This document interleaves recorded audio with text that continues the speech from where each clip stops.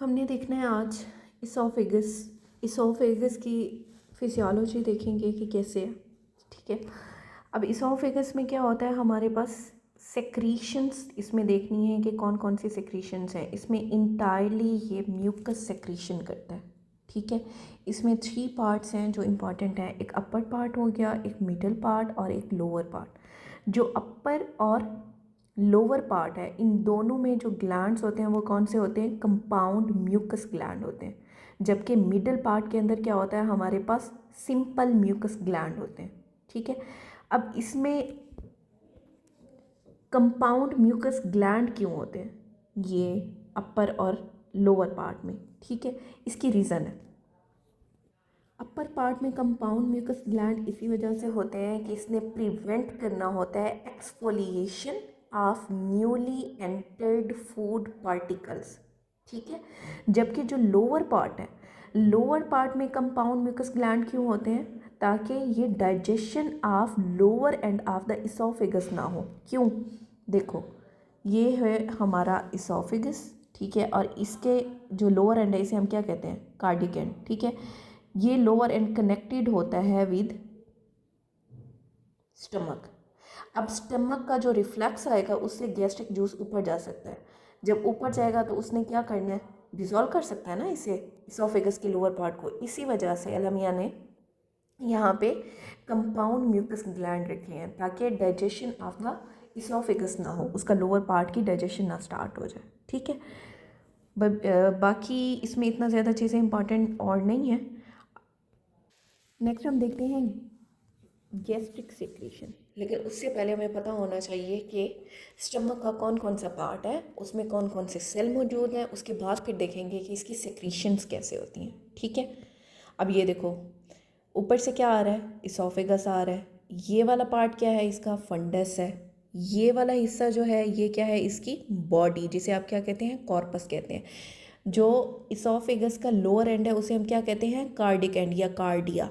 ठीक है, ये कार्डिया वाले जो पॉइंट है ना, यहाँ पे इसोफेगस और स्टमक आपस में मिल रहे हैं। अच्छा, उसके बाद हमारा ये वाला जो पार्ट है इसे हम क्या कह रहे हैं, एंट्रम। ठीक है, और फिर ये कंटिन्यू करता है किसके साथ, ड्यूटेनम के साथ। ये हो गया इसका लेसर कर्वेचर, ये हो गया इसका ग्रेटर कर्वेचर। अब इसमें जो टाइप ऑफ सेल्स हैं वो कौन कौन से होते हैं। अब यहाँ पे देखो इन्होंने क्या शो कराया हुआ है, जी सेल है। जी सेल क्या रिलीज़ कर रहा है, गैस्ट्रिन रिलीज़ कर रहा है। और पेराइटल सेल क्या सेक्रीट कर रहा है, हाइड्रोजन आयन। अच्छा, ये हम बाद में देखते हैं। अब देखो गैस्ट्रिक ग्लैंड, इसके अंदर 3 मेन पॉइंट्स हैं। ठीक है, जहाँ पे मुख्तलिफ़ किस्म के सेल होते हैं और जिन्होंने सिक्रीशंस देनी है। सबसे पहले है हमारे पास कार्डिक एंड। कार्डिक एंड कौन सा था, जहाँ पे इसोफेगस और स्टमक आपस में मिल रहे थे।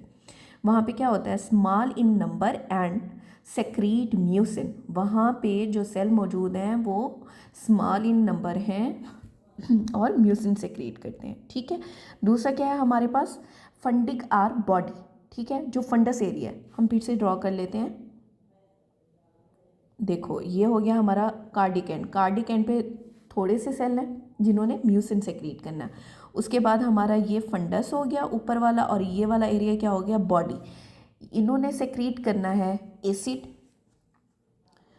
ठीक है, एसिड जूस सिक्रीशन। अच्छा, उसके बाद जो ये है हमारा पाइलोरिक एंड। पाइलोरिक एंड से भी हमारे पास क्या होगा, म्यूकस की सेक्रीशन होगी।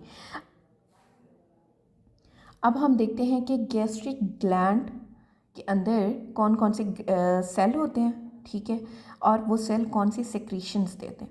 सबसे पहले है हमारा chief cell. Chief cell of peptic cell, उसने क्या देना है, चीफ सेल ने पेप्सिनोजेन देना है। पेप्सिनोजेन प्रोड्यूस करता है। ठीक है, उसके बाद क्या है हमारे पास, ऑक्जेंटिक या फिर पेराइटल सेल। अब जो ऑक्जेंटिक सेल है, मोस्ट इंपॉर्टेंट सेल। ठीक है, बहुत ज़्यादा ये सीपीएसपी में पूछा हुआ है। बाकी जितने भी एग्ज़ाम है, जे कैट है, उनमें पूछते हैं कि इंट्रिंसिक फैक्टर कहाँ से बनता है। तो कहाँ से बनता है, पेराइटल सेल से या फिर ऑक्जेंटिक सेल से। ये दोनों एक ही नाम है, ऑक्जेंटिक सेल या फिर पेराइटल सेल। ये क्या बना रहे हैं, HCl की प्रोडक्शन कर रहे हैं और इंट्रिंसिक फैक्टर दे रहे हैं। कुछ बुक्स में लिखा हुआ है, जैसे आपकी BRS है उसमें लिखा हुआ है जो ऑक्जेंटिक ग्लैंड है, ठीक है, उसके अंदर होते हैं 3 टाइप ऑफ सेल। उसमें पहला सेल कौन सा है, म्यूकस नेक सेल है, जिसने सेक्रीट करना है म्यूकस को। दूसरा उसमें है पेप्टिक सेल या चीफ सेल, जिसने सेक्रीट करना है पेप्सिनोजिन। तीसरा क्या है, पेराइटल सेल, उसने सेक्रीट करना है HCl और इंट्रिंसिक फैक्टर, ठीक है। एक बुक में इस तरह से लिखा हुआ है, यहाँ पे इन्होंने इन्हें अलग-अलग करके लिखा हुआ है कि चीफ सेल या पेप्टिक सेल क्या दे रहे हैं, पेप्सिनोजिन दे रहे हैं, ऑक्जेंटिक या फिर पेराइटल सेल क्या दे रहे हैं आपको, HCl एंड इंट्रिंसिक फैक्टर दे रहे हैं। नेक्स्ट है हमारे पास amine precursor uptake and decarboxylation cell, उन्होंने क्या करना है, गेस्ट्रो इंटेस्टाइनल हार्मोन रिलीज़ करना है। नेक्स्ट है हमारे पास मास्ट सेल। मास्ट सेल क्या करते हैं, ये भी बहुत इंपॉर्टेंट है, क्वेश्चन आता है कि मास्ट सेल ने क्या सेक्रीट करना है, हिस्टामीन सेक्रीट करना है। नेक्स्ट है हमारे पास अर्जेंटाफिन सेल, ठीक है, अर्जेंटाफिन सेल, इन्होंने क्या सेक्रेट करना है, सेरोटोनिन सेक्रेट करना है। जी सेल ने, जी से गेस्ट्रिन, मैंने कहा था याद रखो, जी सेल क्या रिलीज करते हैं, गेस्ट्रिन रिलीज करते हैं।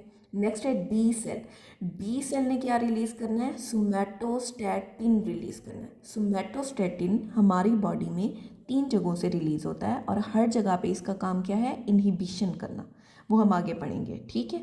नेक्स्ट क्या है हमारे पास, नेक एंड इस्थमस सेल, जो कि क्या प्रोड्यूस करते हैं, म्यूसिन प्रोड्यूस करते हैं। अब इसमें इंपॉर्टेंट चीज़ें कौन कौन सी है, एक चीफ सेल का आपको पता होना चाहिए, इसने क्या सेक्रेट करना है, पेप्सिनोजन। ऑक्जेंटिक सेल या पेराइटल सेल का पता होना चाहिए, इसने HCl और इंट्रिंसिक फैक्टर रिलीज़ करना है। मास्ट सेल क्या रिलीज़ करते हैं, हिस्टामिन रिलीज़ करते हैं। अच्छा, और ये डी और जी सेल ये क्या रिलीज़ करते हैं, और साथ में अर्जेंटाफिन सेल, ये बहुत मज़े का नाम है ना इसका, अर्जेंटाफिन, तो उससे याद रखो इसने क्या करना है, सीरोटोनिन, सीरोटोनिन, ठीक है, सीरोटोनिन को प्रोड्यूस करना है। अब यहाँ पे हम देख भी लेते हैं कि जी सेल की लोकेशन क्या है। अब देखो ज़रा जी सेल कहाँ मौजूद है, ये एंट्रम और पाइलोरस वाला जो पार्ट है यहाँ पे क्या मौजूद है, जी सेल, उन्होंने क्या प्रोड्यूस करना है, गैस्ट्रिन प्रोड्यूस करना है। अब ज़रा गौर करो पेराइटल सेल कहाँ मौजूद है, पेराइटल सेल आपके बॉडी या कॉर्पस वाले एरिया में मौजूद है, ठीक है। तो ये चीज़ें इंपॉर्टेंट है, अगर ये डायग्राम आप याद रखते हो तो आपको पता होगा कि जी सेल कहाँ पड़े थे, इन्होंने क्या प्रोड्यूस किया, और पेराइटल सेल कहाँ पड़े हैं और उन्होंने क्या प्रोड्यूस किया। नेक्स्ट है हमारे पास फेजेस ऑफ गैस्ट्रिक सेक्रीशन, कौन कौन से फेजेस हैं और कैसे सेक्रीशन होती है, ये हमने देखना है। सबसे पहली फेज़ जो है वो है हमारे पास सिफेलिक फेज़। सिफेलिक फेज़ कब होती है, अभी आपने खाना खाया नहीं होता, ठीक है, खाने की खुशबू आ गई तो उससे जो रिफ्लक्स प्रोड्यूस होता है खाने के टेस्ट से, या खाना अभी मुंह में है लेकिन वो अभी आपके स्टमक के अंदर नहीं गया, ठीक है, आप च्यूइंग कर रहे हैं या फिर स्वालो कर रहे हैं, अभी वो फूड स्टमक के अंदर नहीं गया, ठीक है, तो इस दौरान जो गैस्ट्रिक सेक्रीशंस होती हैं उन्हें हम क्या कहते हैं कि ये कौन सी फेज़ में हो रही है, सिफेलिक फेज़ में, और ये कितना होता है, 20% होता है, ठीक है। देखो, occur even before food inter in the stomach, stimuli क्या है इसका, stimuli presence of food in the mouth, मुंह में है अभी खुराक, ठीक है, स्टमक में नहीं गई। Taste of food, act of chewing या फिर एक्ट ऑफ सॉल्विंग, इन सब की वजह से क्या होता है, आपकी गैस्ट्रिक सेक्रीशन स्टार्ट हो जाती है। स्टिमुलाई फॉर कंडीशन रिफ्लक्स कौन कौन सी हैं, या तो साइट या थॉट, आप खुराक के बारे में सोचें, जैसे पिज़्ज़ा हो गया, बाकी सारा जो चीज़ें अच्छी लग रही हैं उनके बारे में सोचें तो खुद ही जो है ना ये प्रोड्यूस होने लग जाता है गैस्ट्रिक सेक्रीशन, ठीक है, या फिर smell of the food. Signal originate कहाँ पे होते हैं, सिग्नल ये सारे ओरिजिनेट होते हैं आपके सेरिब्रल कॉर्टेक्स में, ठीक है, in the appetite centre of the amygdala and hypothalamus, ये बहुत इंपॉर्टेंट है, इसका BCQ आ जाता है, इसे याद रखो। कहाँ पे सिग्नल प्रोड्यूस होंगे, आपके सेरिब्रल कॉर्टेक्स में, सेरिब्रल कॉर्टेक्स में, वो भी कहाँ पे, एपिटाइट सेंटर के अंदर, ठीक है। एपिटाइट सेंटर कहाँ पे मौजूद है, आपके एमिगडाला एंड हाइपोथैलेमस में। अच्छा, सिग्नल कौन लेके आता है, आपकी वेगस नर्व लेके आती है। सिग्नल आएंगे dorsal motor nuclei of the vagus से, ठीक है, वेगाई से वेगस नर्व की तरफ, वेगस नर्व ने स्टिमुलेट कर देना है आपके स्टमक को। अच्छा, start with a latency of less than 5 minute and continue, कितना टाइम तक कंटिन्यू रहेंगे, फॉर 30 to 120 मिनट, मतलब विद इन 5 मिनट ये सेक्रीशन स्टार्ट हो जाती है, ठीक है। ख़त्म कब होंगी, विद इन 30 to 120 मिनट। अच्छा, रेट ऑफ सेक्रीशन क्या है, रेट ऑफ सेक्रीशन इसकी है 250 to 750 ml per hour. Secretion of psychotic and, अगर कोई साइकोटिक इशू है उसकी वजह से हो रहा है, या फिर एपिटाइट जूस जो है, ठीक है, उसमें याद रखना हमेशा वो ज़्यादा एसिडिक होता है, एसिड ज़्यादा होता है उसमें, पेप्सिन ज़्यादा होता है जो कि हाई डाइजेस्टिव पावर रखता है। अब इस पूरी लाइन में आपको सिर्फ इतना याद होना चाहिए कि सेफेलिक फेज़ में कितना % प्रोड्यूस होगा, और सिग्नल कहाँ से ओरिजिनेट करते हैं, सिग्नल लेके कौन जाता है, वेगस नर्व लेके जाती है, बस, ठीक है। अच्छा, नेक्स्ट है हमारे पास गैस्ट्रिक फेज। गैस्ट्रिक फेज में जब फूड एंटर हो जाती है आपके स्टमक के अंदर, तो तब जो गैस्ट्रिक जूस या गैस्ट्रिक सेक्रीशंस होती हैं वो कितना होती हैं, 70% होती हैं, ठीक है। इसमें लॉन्ग वेजोवेगल रिफ्लेक्स होता है, कैसे, स्टमक से सिग्नल जाते हैं आपके ब्रेन की तरफ, वहाँ से एपिटाइट जो सेंटर है वहाँ जाएंगे, वहाँ से फिर वापस जो सिग्नल है वो वेगल नर्व आपकी लेके आती है towards the stomach. Afferent and efferent both being vagal fibre, ये चीज़ आपकी इंपॉर्टेंट है कि एफरेंट जो कि सिग्नल लेके जा रही है, ईफरेंट जो कि लेके आ रही है, ठीक है। ये सारा सॉरी, ये सारा कुछ कौन कर रहा है, वेगल फाइबर्स कर रहे हैं। शॉर्ट लोकल इंटेरिक रिफ्लेक्सेस, इसके अलावा क्या होता है, आपके इंटेरिक, आपके इंटेस्टाइन के जो रिफ्लेक्सेस हैं वो भी एक्टिवेट हो जाते हैं, ठीक है। अब साथ में क्या होगा, आपकी गैस्ट्रिन रिलीज होना शुरू हो जाएगी। गैस्ट्रिन क्यों रिलीज होगी, हमने क्या पढ़ा था कि कोई भी स्टमक डिस्टेंशन होती है, कोई रिफ्लेक्स होता है, कोई food particle, protein, amino acid, tryptophan, ये सारा कुछ हमारे स्टमक के अंदर एंटर होगा तो क्या रिलीज़ करेगा, गैस्ट्रिन रिलीज़ होगा, ठीक है। Start with a latency of 15 minute and continues as long as there is food in the stomach, ठीक है। विद इन 15 मिनट ये स्टार्ट होती है इसकी सेक्रीशन, और कितना कंटिन्यू रहेगी, जब तक कि फूड आपके स्टमक में रहेगी।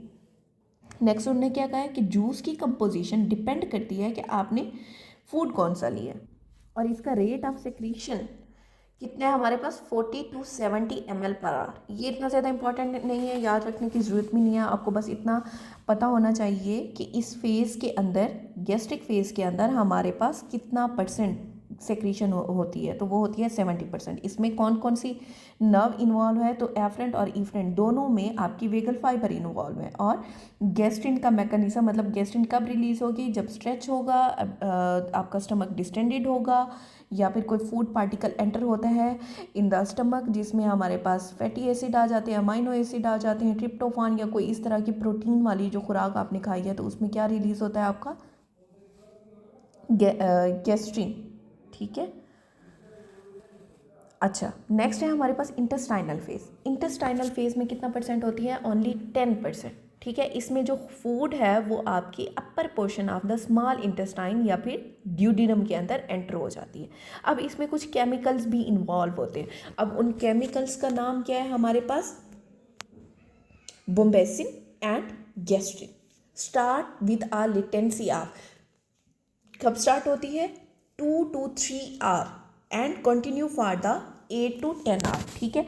विद इन 2 to 3 आवर जब आपकी खुराक एंटर हो जाती है इन द स्टमक, और स्टमक से आपकी first part of the duodenum में जाती है, तब आपका इंटेस्टाइनल फेज स्टार्ट होता है, और ये कब तक कंटिन्यू रहता है, 8 to 10 आवर तक। और इसमें सेक्रीशन कितनी होती रहती है, 40 to 60 ml पर आवर में, ठीक है।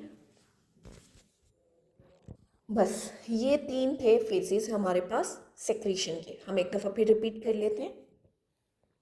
सबसे पहले है हमारे पास सिफेलिक फेज, फिर है हमारा गैस्ट्रिक फेज, और उसके बाद आपका इंटेस्टाइनल फेज, ठीक है। सिफेलिक फेज में कितना % आता है, 20% गैस्ट्रिक सेक्रीशन। गैस्ट्रिक फेज में कितना आता है, 70%, और बाकी 10% किस में आता है, इंटेस्टाइनल फेज में। मोस्ट इंपॉर्टेंट इसमें क्या है आपका गैस्ट्रिक फेज। गैस्ट्रिक फेज के अंदर क्या होगा, वेजोवेगल रिफ्लक्स होगा, ठीक है, और साथ में गैस्ट्रिन मैकेनिज्म, मतलब गैस्ट्रिन रिलीज होगा। सिफेलिक फेज में आपके क्या हो रहा था, स्टिमुलाई आ रहा था आपके, जब कोई आपने फूड मुंह में लिया, अभी वो आपके स्टमक में नहीं आया, ठीक है। उसके बाद इसमें भी वेगाई इन्वॉल्व है और ये कितना देर तक रहता है, 30 to 120 मिनट। अच्छा, नेक्स्ट है हमारे पास इनहिबिटरी इन्फ्लुएंस। एक्टिवेटरी तो हमने देख लिया ना कि किस किस की वजह से ये सारा कुछ हो रहा है। अब देखो इनहिबिशन कैसे होती है। इनहिबिशन कब होगी, सबसे पहले है हमारे पास न्यूरल इनहिबिशन। न्यूरल इनहिबिशन में increase fat content, tonicity, volume of the chyme in the small intestine और इंटेरोगैस्ट्रिक रिफ्लक्स, ये सारा कुछ क्या करता है, इसकी इनहिबिशन करता है कि मज़ीद गैस्ट्रिक जूस अब ना बनाओ। कब, जब अब बहुत ज़्यादा फैट इकट्ठी हो जाए, जब टोनिसिटी टोन इंक्रीज हो जाए, जब volume of the chyme in the small intestine increase हो जाए, या फिर इंटेरोगैस्ट्रिक मतलब बैक फ्लो होगा, इंटेरोगैस्ट्रिक रिफ्लक्स, ठीक है। इसके अलावा केमिकल, कुछ केमिकल ऐसे होते हैं जो रिलीज नहीं होने देते। सबसे पहले क्या है हमारे पास, केलॉन, सेक्रेटिन, न्यूरोटेंसिन। अब सेक्रेटिन को हमने पहले भी देखा है कि सेक्रेटिन और गैस्ट्रिन एक दूसरे के अपोजिट काम करती हैं, ठीक है। तो अब सेक्रेटिन ने क्या किया, इनहिबिशन की। न्यूरोगैस्ट्रिन हो गया सीसीके, प्रोस्टाग्लैंडिन, वीआईपी और जीआईपी वगैरह। इसके अलावा इंटेरोगेस्ट्रॉन, इन सब ने, ये केमिकल है, इन सब ने क्या करना है, इनहिबिशन करनी है, रिलीज नहीं होने देना। और एक चीज़ हमने पीछे भी पढ़ी थी, सोमैटोस्टैटिन। सोमैटोस्टैटिन मैंने आपको कहा था ये जहाँ पे भी प्रोड्यूस होगा, इसका काम क्या है, इसने सिर्फ और सिर्फ इनहिबिशन करनी है, ठीक है।